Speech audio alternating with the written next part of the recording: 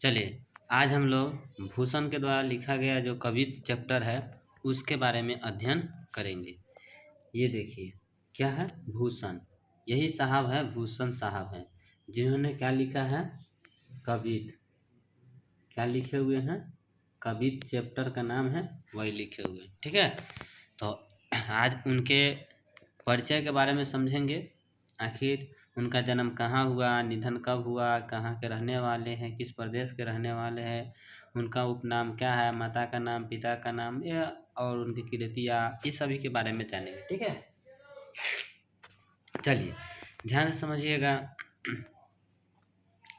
कि छापे जो हैं भूषण साहब जो हैं, भूषण जिन्होंने कवित्त लिखा था, उनका जन्म जो हुआ था 1613 ईस्वी में हुआ। कब हुआ था? 1613 ईस्वी में। किनका? भूषण का जन्म। हमारे साथ बोलिएगा, भूषण का जन्म 1613 ईस्वी में हुआ था। कब हुआ था? 1613 ईस्वी में। निधन कब हुआ था? निधन कब हुआ था? निधन कब हुआ था? निधन कब हुआ था? उनका निधन 1715 ईस्वी में हुआ था। कब हुआ था? 1715 ईस्वी में हुआ था। ठीक है, आगे हम लोग जानते हैं कि उनका जन्म स्थान कहाँ पे है। क्या जन्म स्थान उनका कहाँ पे है? तो उनका जन्म स्थान ये है तिकुआपुर, कानपुर, उत्तर प्रदेश। देखिए बहुत सारे लेखक जो है जिनका जन्म जो हुआ है कानपुर में ही, मतलब कि उत्तर प्रदेश में हुआ है। ठीक ना, बहुत सारे लेखक हैं जिनका जन्म उत्तर प्रदेश में हुआ है। ठीक है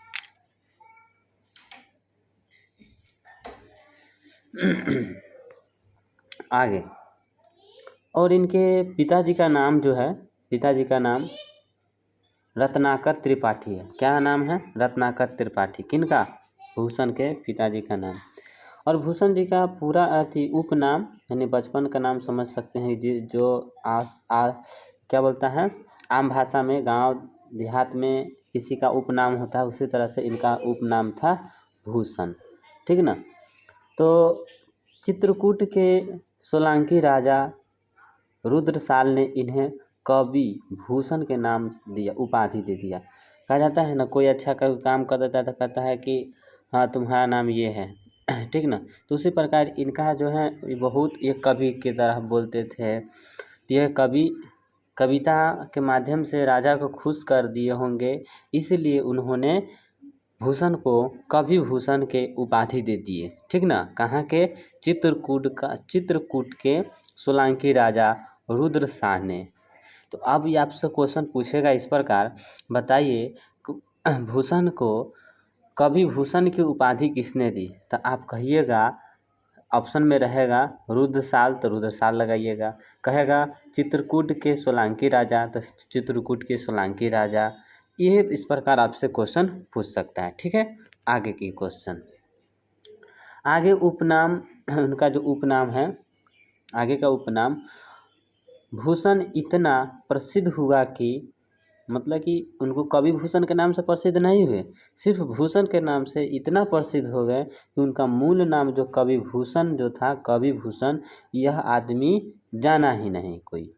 ठीक ना, सिर्फ वह भूषण के नाम से बहुत प्रसिद्ध हो गए, बहुत प्रसिद्ध है। ठीक है, चलिए, तो बहुत प्रसिद्ध हो गए तो इनका मूल नाम ये भूषण ही रह गया। ठीक ना, अब देखिए प्रमुख आश्रयदाता, इनके आश्रयदाता छत्रपति शिवाजी, छत्रपति शिवाजी, शिवाजी के पुत्र साहू जी, और पन्ना के बुंदेला राजा छत्रसाल। यानी कि इन सभी के यहाँ कवि भूषण रह चुके हैं। समझ में आ रहा है ना, कवि भूषण जो है छत्रपति शिवाजी के छत्रपति शिवाजी के यहाँ रहे हुए हैं, उनके राज दरबार में। और उनके छत्रपति शिवाजी के पुत्र जिनका नाम है साहू जी, उनके राज दरबार में रहे हुए हैं। और पन्ना के बुंदेला राजा छत्रसाल है, उनके राज दरबार में भी रह चुके हैं। ठीक है,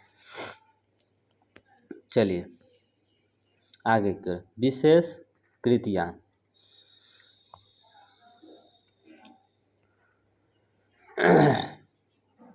चलिए, विशेष विशेष यानी कि कृति याद रखिएगा।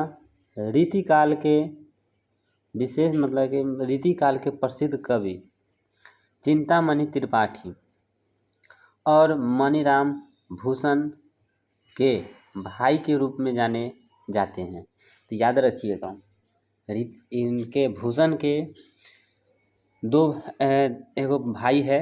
एक भाई का नाम है चिंतामणि त्रिपाठी और एक भाई का नाम है मणिराम भूषण। तो ये दोनों जो है रीतिकाल के प्रसिद्ध कवि थे, ठीक ना। तो इनका नाम, इनको सब इसलिए पहचाना क्योंकि ये इनके बड़े भाई जो हैं मतीराम भूषण और चिंतामणि त्रिपाठी, इन दोनों के नाम से भी इनको जानने जाना लगा, ठीक ना, क्योंकि ये दोनों भाई जो थे रीतिकाल के प्रसिद्ध कवि थे। आ रहा है समझ में? चलिए, और उनकी कृतियाँ क्या है भूषण साहब के, वो भी ध्यान से समझिएगा। भूषण साहब के कृतियाँ इस प्रकार हैं। वह छत्र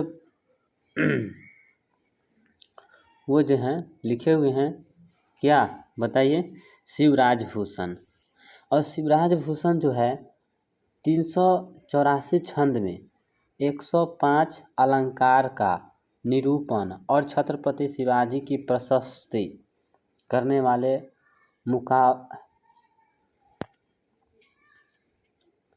मुक्तकों का संग्रह। तो इनके द्वारा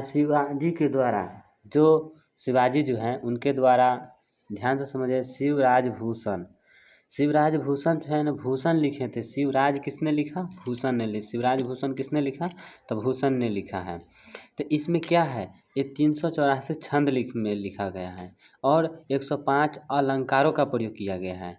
और इस 105 अलंकार और 384 छंद के माध्यम से छत्रपति शिवाजी की प्रशस्ति यानी कि उनकी प्रशंसा की गई है और उनके मुक्तकों का संग्रह है। उनके जो भी मुक्तक है उस सभी का संग्रह है यहाँ पे, ठीक है।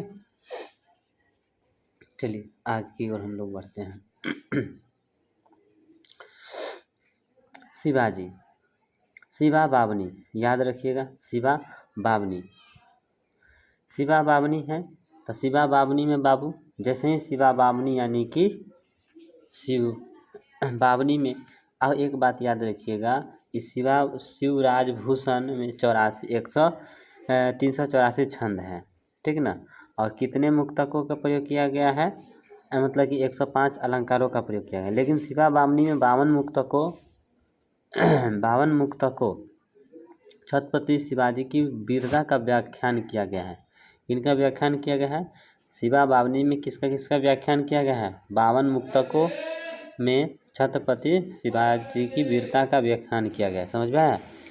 छत्रपति शिवाजी के वीरता का व्याख्यान किया हुआ है। और उसके बाद लिखे हैं छत्रसाल दशक। क्या लिखे हुए हैं? छत्रसाल दशक। छत्रसाल दशक में 10 गो आपका छंद का प्रयोग किया गया है और इसमें छत्रसाल की वीरता का व्याख्यान किए हुए हैं, ठीक ना। इतना समझ में आ गया होगा, ठीक है। चलिए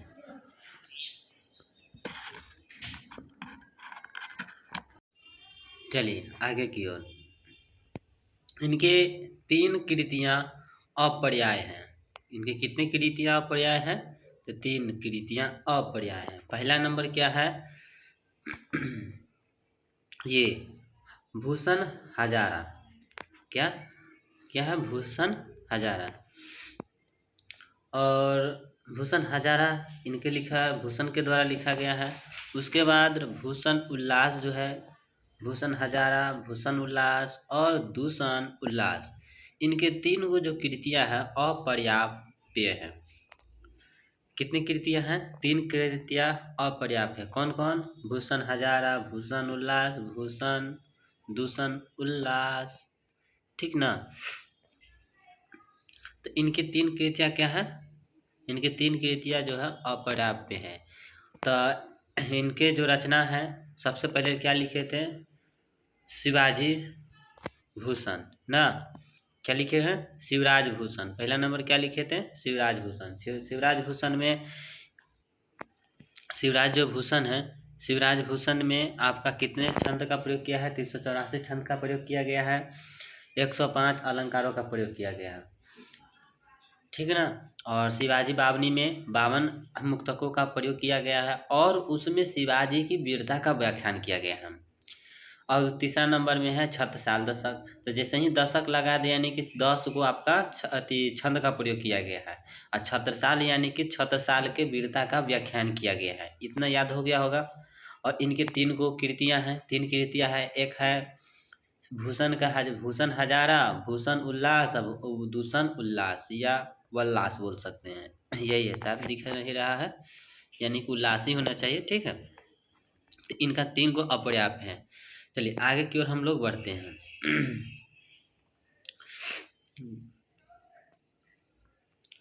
क्या है? चलिए दूषण। चलिए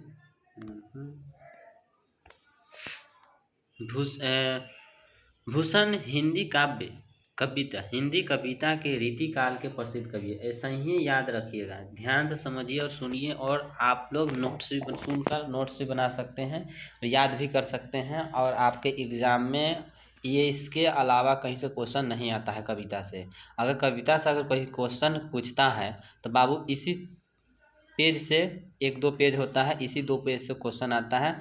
और ऐसे से चैप्टर से तो 1-2 क्वेश्चन आ जाता है, ठीक ना, कविता में। लेकिन कभी कहानी की कहें तो कहानी चैप्टर के बीच से आता है और उसमें लेखक से भी आता है। इसलिए हम यहाँ आपको बहुत ध्यान से कर रहे हैं समझने के लिए और पढ़ने के लिए, सुनने के लिए, और सुन के याद रखिएगा, ठीक है। ऐसे ही आपका ऑब्जेक्टिव का भी हम वीडियो बना के आपको भेज देंगे, कोई टेंशन नहीं है, ठीक है। कोशिश करेंगे कि आपको ऑब्जेक्टिव का भी वीडियो दे दें। चलिए आगे की ओर हम लोग समझते हैं। भूषण हिंदी कविता में रीतिकाल के प्रसिद्ध कवि हैं। किस काल के कवि हैं? आपसे पूछेगा किस काल के कवि है, तो ये रीतिकाल का कवि हैं। और इनकी हिंदी जनता बहुत सम्मान है, इनके हिंदी जनता में बहुत सम्मान है। जिनका मतलब कि प्रसिद्ध कवि हैं जिनका हिंदी जनता में बहुत सम्मान है, तो ये रीतिकाल के कवि है। इनके जो कविता हैं लोगों को इनके कविताओं के कारण लोग इन्हें बहुत सम्मान देते हैं, ठीक है। वे विजातीय स्वाभिमान वे विजातीय स्वाभिमान, ठीक ना, आत्मगौरव, शौर्य एवं पराक्रम के कवि हैं। और आपसे पूछेगा तो कैसे कवि हैं? जातीय कैसे कवि है? तो आप लोग ध्यान से सुनिए, ध्यान से। चलिए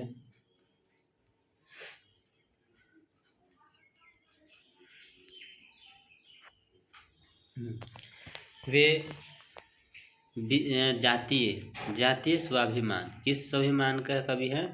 जातीय स्वाभिमान के कवि है, आत्मगौरव के कवि हैं, शौर्य एवं पराक्रम के कवि हैं।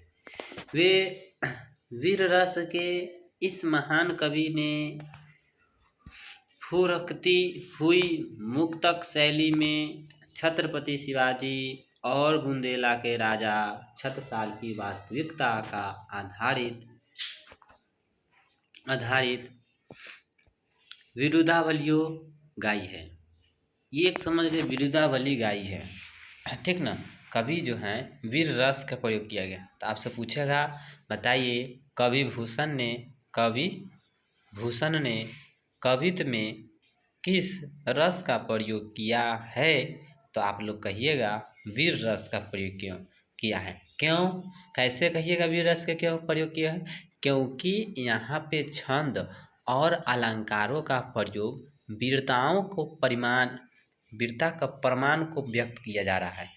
छंद और अलंकारों के माध्यम से वीरता का प्रमाण दिया जा रहा है, इसलिए यहाँ पे वीर रस का प्रयोग किया गया है।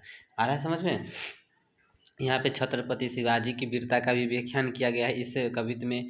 और उसके बाद छत्रपति शिवाजी और छत्रसाल के बारे में भी यहाँ बुंदेला का राजा जो छत्रसाल है उनका भी वीरता का व्याख्यान किया गया है। तो यानी कि वीर रस का प्रयोग किया गया है। आ रहा है समझ में? चलिए आगे की ओर बढ़ते हैं। ओज पराक्रम और उत्साह से भरे हुए कवि भूषण के प्रवाहमय छंद हिंदी जनता के बीच शताब्दियों से चाव के साथ गाए जाते रहे हैं। इनके जो कविता है, कवि भूषण के प्रवाहमय छंद हिंदी जनता के बीच, यानी कि इनके द्वारा जो छंद का प्रयोग किए जाते हैं हिंदी कविता में, ये इनके हिंदी कविता में भूषण के द्वारा जो प्रवाहमय छंद का प्रयोग किया जाता है, वह बहुत चाव के साथ लोग उनको गाते हैं। इनके जो छंद का प्रयोग करते हैं वह छंद सभी जनताओं को काफ़ी पसंद होता है और उन छंद के माध्यम से लोग उनके छंद प्रलोभित हो जाते हैं और उनको क्या करते हैं, बहुत चाव के साथ गाते हैं। ठीक है, चाव के साथ गाने लगते हैं। इनके छंद में इतना पावर कहिए है कि लोग इनके छंद को बहुत सम्मान देते हैं, मान सम्मान देते हैं और बहुत अच्छा से गाना के तौर पर गाने लगते हैं। इनकी लोकप्रियता, किनका, भूषण के लोकप्रियता जो है, यह प्रमाण है कि जनमानस में भूषण वीर रस के पर्याय और प्रतिमूर्ति की तरह प्रतिष्ठित है। मध्यकाल में भाव भाषण और अभिव्यक्ति के विविध क्षेत्रों और रूपों पर धर्म का रंग घरा था। जातीय चेतना और भावना से धर्म भावना को अलग कर सकना सहज नहीं था। संभवतः समझिए, भूषण के जातीय भावना भी इसका अपवाद नहीं थी। स्वयं सत्ताधारी शासक वर्ग अपने राजनीतिक चातुर्य, सूझबूझ और उदारता के बावजूद धार्मिक जातीय भेद बुद्धि की अनुप्राणित और चालित था। संभवतः मध्यकालीन काव्य में को ऐतिहासिक तथ्यों के प्रकाश में ही देखना परखना होगा और आज की धर्म संप्रदाय निरपेक्ष जनतांत्रिक दृष्टि से उनकी मूल्यवता की पड़ताल और पहचान करनी होगी। ये जो कहते हैं कवि भूषण जो है कि देखिए, आज के जो धर्म है ठीक ना, और जनतांत्रिक दृष्टि से मूल्यवानता को जांच पड़ताल करना और पहचान कर सकते हैं। जनतांत्रिक दृष्टि से, किस दृष्टि से, ये कह रहे हैं आज के धर्म संप्रदाय जो है, निरपेक्ष धर्म संप्रदाय निरपेक्ष जो है, उनको जनतांत्रिक दृष्टि से मूल्यवता यानी कि महत्व की जांच पड़ताल और उनकी पहचान कर सकते हैं। ठीक ना, महाराणा प्रताप और छत्रपति शिवाजी कहिए या छत्रसाल कहिए, ठीक ना, महाराणा प्रताप, छत्रपति शिवाजी या छत्रसाल जैसे इतिहास, ये छत्रपति शिवाजी अलग है, छत्रसाल अलग है। ठीक है, महाराणा प्रताप, छत्रपति शिवाजी और छत्रसाल जैसे इतिहास प्रसिद्ध व्यक्ति अपने कार्यों के अपने युगों में ही लोकनायक बन चुके हैं। मतलब समझ में आ रहा है? कहने का अर्थ ये हो गया कि यह जो महान व्यक्ति है, छत्रपति शिवाजी, छत्रसाल और महाराणा प्रताप सिंह, ये जो है अपने इतिहास गवाह है कि अपने दम पर अपने युग में एक लोकनायक की तरह काम किए हुए हैं और इनके अपने ही युग में इन्होंने अपने प्रतिष्ठा, अपने नाम कमाए हुए हैं। इसलिए आज भी दुनिया इनको याद रखती है। इसलिए काम ऐसा कीजिए जो इतिहास बन के रह जाए, इतिहास में आपका नाम, आप ऐसा काम कीजिए कि आपका नाम इतिहास में दर्ज हो जाए। ठीक ना, जैसे कि देखिए उदाहरण के तौर पर महाराणा प्रताप सिंह अपने समय में इतना अच्छे काम किए हैं, इसलिए तो आज इनके बारे में दुनिया जानता है, इनकी जीवनी को दुनिया पढ़ती है क्या। इसीलिए आप भी बढ़िया से अपने समय में बढ़िया से काम कीजिए, मन लगा के काम कीजिए। बहुत अभी पढ़ाई कर रहे हैं तो बढ़िया से पढ़ाई कीजिए और अच्छा रिजल्ट लाइए, जिससे आपका भी माता पिता का नाम रोशन हो, ठीक ना। आपके गांव का नाम रोशन हो, आपका जिला का नाम रोशन हो, राज्य का नाम रोशन हो क्या। चलिए, तो सभी गुटी सभी जो भी हैं सब अपना अपना ध्यान पढ़ाई पर रखिएगा, ठीक। आगे की ओर पढ़ते हैं। चलिए आगे की है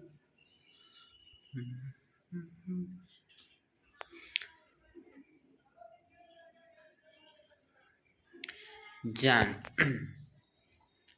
क्या है आपका देखिए, जननायक। जननायक की उनकी ऐतिहासिक छवि। जननायक यानी जनता का नायक, जनताओं के राजा।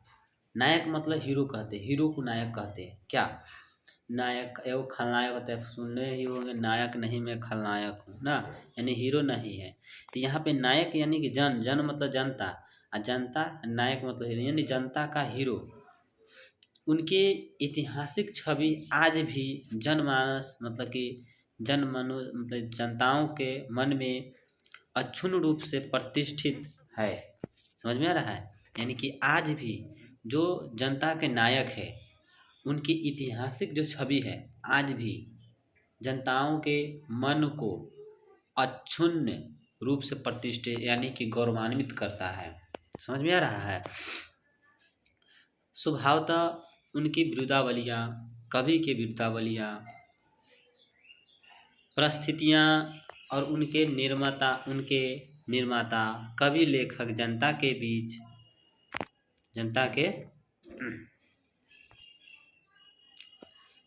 बीच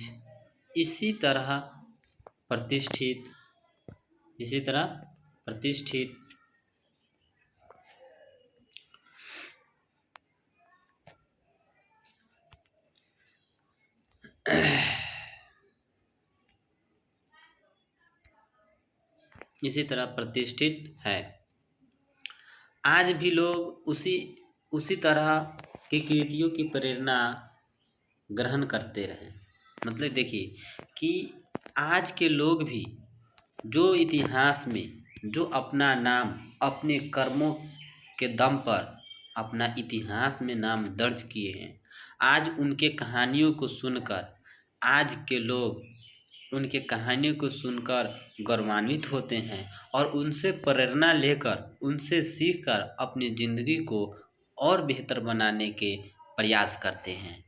तो इसलिए आप भी एक ऐसा काम कीजिए जिससे लोग प्रेरित हो और आपके इस मेहनत से कोई प्रेरणा लेकर वो भी अपने जीवन को सुधारे। तो ऐसे ज़िंदगी में आपको अवश्य करना चाहिए। आप भी अपने भाई और बहनों के लिए प्रेरणादायक बनिए, अच्छा से रिजल्ट लाकर क्या मेहनत करके पढ़िए। भूषण ऐसे ही एक लोक प्रेरक महान कवि है। देखिए, लोक प्रेरक यानी कि लोक मतलब जनता, जनताओं के प्रेरक, जनता में लोग के मन में प्रेरणा का प्रेरक देते हैं। प्रेरक मतलब प्रेरणा, आपको प्रेरित करने वाले व्यक्ति को प्रेरक कहते हैं। लोक प्रेरक महान कवि हैं, यानी कि जनता के अंदर जो भी इनके बात को सुनता है बाबू, वो प्रेरित होकर कुछ कर गुजरने के लिए, मतलब कुछ अच्छे काम करने के लिए बहुत प्रेरित हो जाते हैं, उनसे प्रेरित हो जाते हैं, ठीक ना। रीतिकाल में रस अलंकार नायिका भेद आदि का निरूपण करते हुए उदाहरण के रूप में कविता करने वाले कवियों की लंबी परंपराएं थी, ठीक है। ऐसे कवियों को आचार्य कवि, रीतिबद्ध कवि कहते हैं। यानी कि जो कवि रीतिकाल में, यानी कि जो कवि आपका रस का प्रयोग करे, अलंकार का प्रयोग कर किसी नायक का बारे में, किसी महान व्यक्ति के बारे में उदाहरण के तौर पर कविता लिखते थे, उन ऐसे वैसे कवियों को आचार्य कवि कहा जाता था और रीतिबद्ध कवि कहा जाता था। क्यों रीतिबद्ध कवि इसलिए कहा जाता था क्योंकि वो रीति काल के रहने वाले थे, इसलिए रीतिबद्ध कवि कहा जाता था। और नहीं तो अब उनको क्या कहा जाता था, आचार्य कवि कहा जाता था। तो जो कवि रस, अलंकार और नायिका के भेद आदि का निरूपण करते हुए कविता का रचना करते थे, वैसे कवि को आचार्य कवि कहा जाता था या रीतिबद्ध कवि कहा जाता था। तो भूषण एक रीतिबद्ध आचार्य कवि ही थे। क्यों? क्योंकि इन्होंने रस का भी प्रयोग किया, अलंकार का भी प्रयोग किया, छंद का भी प्रयोग किए हुए, इसलिए इनको क्या कहा जाता था, आचार्य कवि ही कहा जाता था, कह सकते हैं। लेकिन क्या है, अलंकार निरूपण करते हुए उनका आचार्य रूप बहुत सफलता नहीं प्राप्त हो सका। इन्होंने अलंकार को तब प्रयोग अपने कविता में किए, लेकिन इनके अलंकार से इनको काफ़ी सफलता प्राप्त नहीं हुआ। ध्यान सुनिएगा, बहुत ध्यान से सुनिएगा। उनके आचार्य रूप का उनका कवि रूप भारी पड़ गया और यह तथ्य उनके काव्य प्रेमियों के लिए सुखद है। रीति काल में श्रृंगार रस का प्रधानता थी। प्रायः सभी कवि श्रृंगार की कविता लिखते दिखाई पड़ते हैं। इस प्रधान प्रवृत्ति और भाव प्रभाव से अलग हटकर भूषण ने वीर रस की प्रमुखता दी। देखो, कहा जाता है हर समय हम आप लोग को कहते हैं बउआ कि अगर आपका मंजिल जो है, अगर मंजिल पर जाना है तो आप अपने मंजिल को ना बदलिए, रास्ता को बदलिए। देखिए, यहाँ आपका प्रमाण दिया जा रहा है, प्रमाण के तौर पर आप समझिए। भूषण ने सबसे पहले सभी को देखे क्या कि सभी लोग पहले छंद का प्रयोग किए जा रहे हैं, रस का प्रयोग कर रहे हैं, नायिका का प्रयोग, मतलब कि छंद अलंकार रस का प्रयोग करके अपने कविता को लिख रहे हैं। तो ठीक है, उसी प्रकार इन्होंने भी लिखना स्टार्ट कर दिया, छंद अलंकार का प्रयोग करना स्टार्ट कर दिया।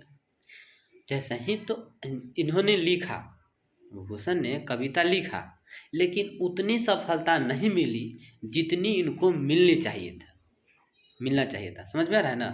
तो ठीक इन्होंने क्या किया, तो फिर देख रहे हैं कि नहीं, कुछ व्यक्ति, कुछ कवि जो होते हैं छंद अलंकार रस का प्रयोग कर रहे हैं, लेकिन कुछ कवि जो हैं श्रृंगार रस का प्रयोग कर रहे हैं।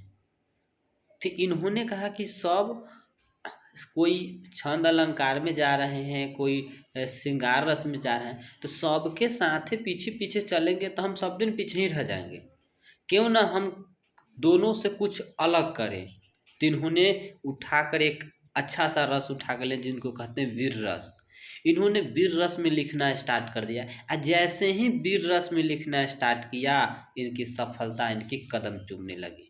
यानी कि दुनिया जिस तरह से, जिस वे में चल रही है, अगर उसी वे में आप चलिएगा बाबू, तो आप भी दुनिया के पीछे पीछे चलिएगा।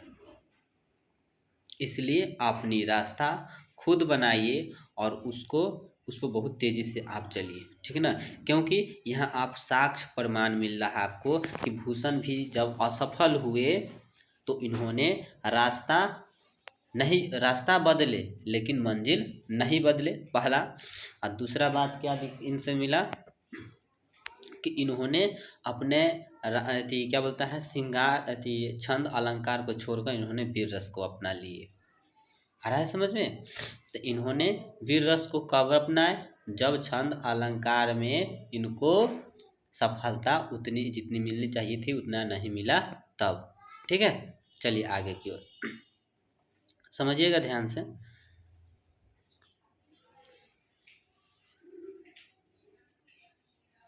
वीर रस कवि श्रृंगार कविता दिखाई देते हैं, ठीक है। इनकी प्रवृत्ति और प्रभाव अलग हटकर वीर रस का प्रमुखता थी और अनुरूप अपना स्वतंत्र पथ निर्मित किया। इसे भूषण की स्वाधीनता, चेतना, आत्मविश्वास और विशिष्ट प्रभाव का पता चलता है। इसीलिए हम आप सभी को कहते हैं बाबू, अगर खुद पर विश्वास कीजिएगा तो आपका मजबूती प्रदान होगी आपको। अगर दूसरों पर विश्वास कीजिएगा तो आप हमेशा दुख मतलब कि अपने आप को कमज़ोर ही समझ पाइएगा। इसलिए खुद पर विश्वास कीजिए और अपना रास्ता बनाइए और उसी रास्ता पर चलिए। ठीक है, आगे की ओर समझिएगा ध्यान से बुआ।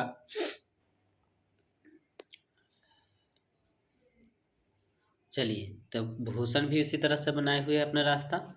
तो आगे की ओर हम लोग बढ़ें। इन्होंने उनके जो चेतना, सोचना, विश्वास, आत्मविश्वास बढ़ा और इनके स्वभाव का भी पता चल गया। देखिए, अपना से काम किया तब ना।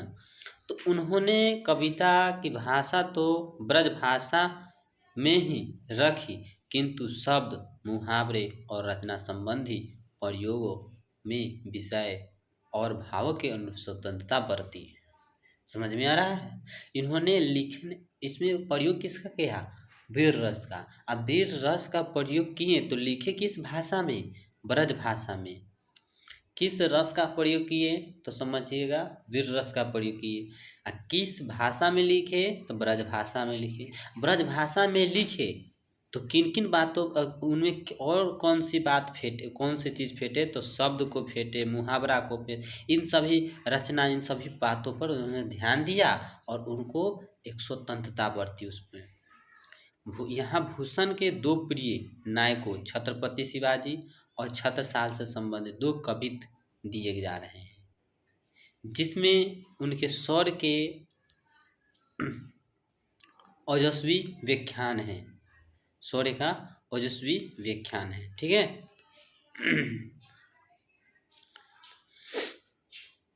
यहाँ पे ध्यान से देखिएगा कि छत्रपति रामविलास शर्मा के द्वारा क्या लिखा गया है भूषण के बारे में। कहते हैं, भूषण रीतिवादी वीर काव्य परंपरा के अलग हटकर प्रभावशाली कवित्व रच सकते हैं। इसका कारण यह है कि वह अपने समय में लोक जीवन से कटे हुए नहीं थे।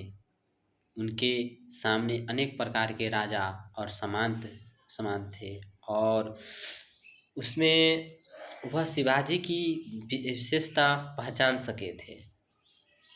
इसके सिवा उनके सामने रैयत भी थी। कढ़ी गई रैयत के मन की कसक सब मिट्टी गई, ठसक तमाम तुर्काने की। रैयत के मन की कसक का उन्हें पता था। औरंगजेब पर उनकी व्यंग्य व्यक्तियाँ बहुत अच्छी राजनीतिक लोक कविता भी मिसालें हैं। ये ध्यान से समझिए। इन चैप्टर में हम लोग ने क्या पढ़ा? कवि भूषण के बारे में पढ़े और कवि भूषण ने इनसे बहुत कुछ सीखने को आपको मिलेगा। क्या? इन्होंने सबसे पहले छत्रपति शिवाजी के बारे में लिखे, वीर रस का प्रयोग किया। इन्होंने देखा कि हमें इसमें सफलता नहीं मिल रहा है तो इन्होंने अपना रास्ता बदल दिए। जब रास्ता बदले तो और जब जैसे ही रास्ता बदले तो इनको सफलता मिलना स्टार्ट, लेकिन मंजिल वही था। लिखने का काम ही न किए, कविता ही न लिखने के काम किए, लेकिन उन्होंने जिस अलंकार का प्रयोग करे, इन अलंकार से अगर उनको सफलता नहीं मिला, तब तो इन्होंने दूसरा ये वीर रस का प्रयोग किए। आ रहा है समझ में? ठीक है, तो आज के लिए इतना ही और अब मिलेंगे अगले वीडियो में। और आपको इतना जो भी बताए हैं आप इसको कंप्लीट कर लीजिएगा, जिससे आपको ऑब्जेक्टिव बनाने में सुविधा हो। ठीक है, चलिए आज के लिए इतना ही।